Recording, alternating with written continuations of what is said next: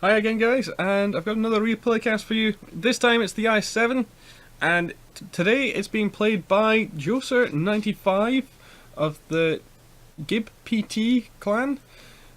Joser is actually a regular in Circumflex's stream and sometimes drops by my own. He's a good guy, and he sent me this replay. And what we're gonna see is an IS-7 that's not playing the heavy tank role. What we're going to see is an IS-7 that wants to be a light tank. So let's get into it. So he's in a tier 10 match, of course. It's on Prokhorovka, and there's both artillery and tank destroyers. So he's going to start off by going to the hill here. It's not the best tank for working the hill because, you know, ridge lines and gun depression. And this thing has, I think it's about 6 degrees of gun depression, maybe 5. I think it actually might be closer, it might be 6, I think. And while it does have a gun that does 490 alpha damage, this thing has this gun can be pretty derpy at times, which is rather annoying, and the pen of 250 is a little bit under average for a tier 10. But in the right circumstances, this thing can be an absolute beast. The upper plate is not the best at tier 10, it's okay.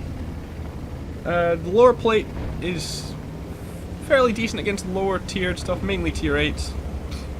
But where this thing shines is when it's hull down. As long as you've got those, well, I say they're cupolas, they're hatches, as long as nothing can get a shot down into those, then this thing is pretty much indestructible when hull down. As that turret front is not only very thick, but as you can see, it's very well rounded. So it's pretty much indestructible there. So Joser's going the hill.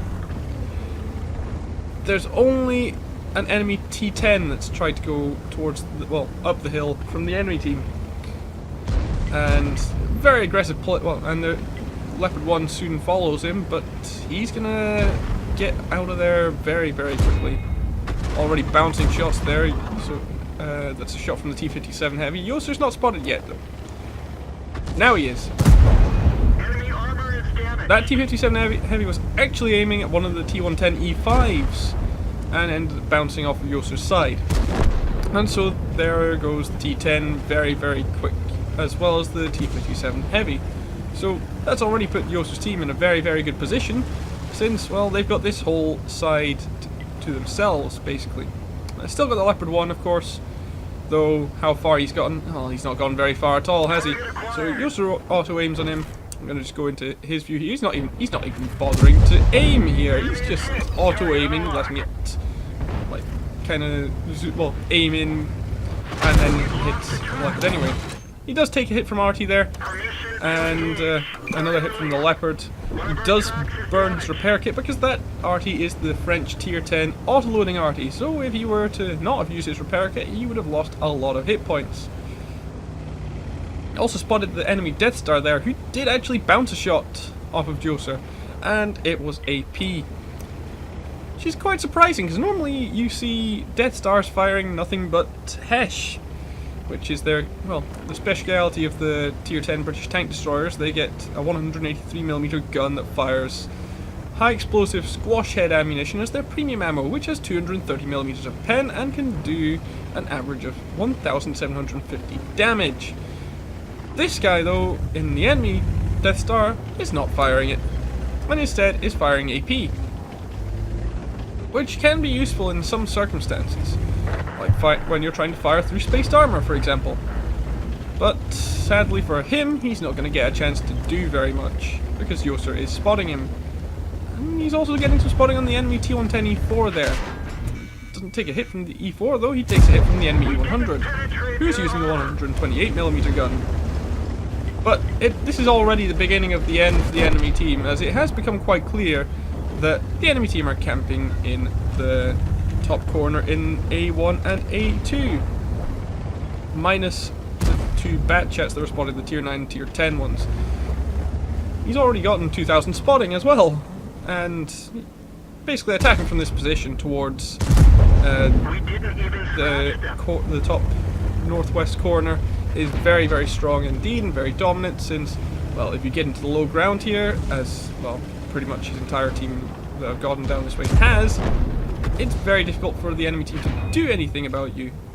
And he's bounced a shot from the Waffenträger. He's bounced over 3,000 damage there. That's another bounce from the E-100. And he's already done 3,500 spotting and 1.6k damage of his own that we've actually seen. And there's the enemy Tier 9 Batchat and the enemy Arty. And he's also bounced another shell from the Tier 9 Waffenträger there. So now he's aiming up at the Arty. He did have premium loaded for the E-100, bounced another shot from the Waffenträger. That guy's not going to be very happy. And, well, as you can see, he just lost all his hit points there. And now he's going to... This is just going to be bullying here. He's already done 5,500 damage. Shoots the Waffenträger in the face with HE for 600, and then he doesn't even need to shoot him again, he just rams him. Something that the IS-7 can actually do pretty well, because it is a pretty quick tank. And now, this is all over now. Yosu's team have only lost one tank so far, and it's just the two Batchats, the Tier 9, Tier 10 ones, and the E-100. And there goes the Tier 9 Batchat, and Yosu tracks the E-100, and well, there's not much else that guy can do, and then he just rams him for good measure as well. Does more damage to himself with the ram, of course, but that's gotten his spotting up to, well, 7,000 almost.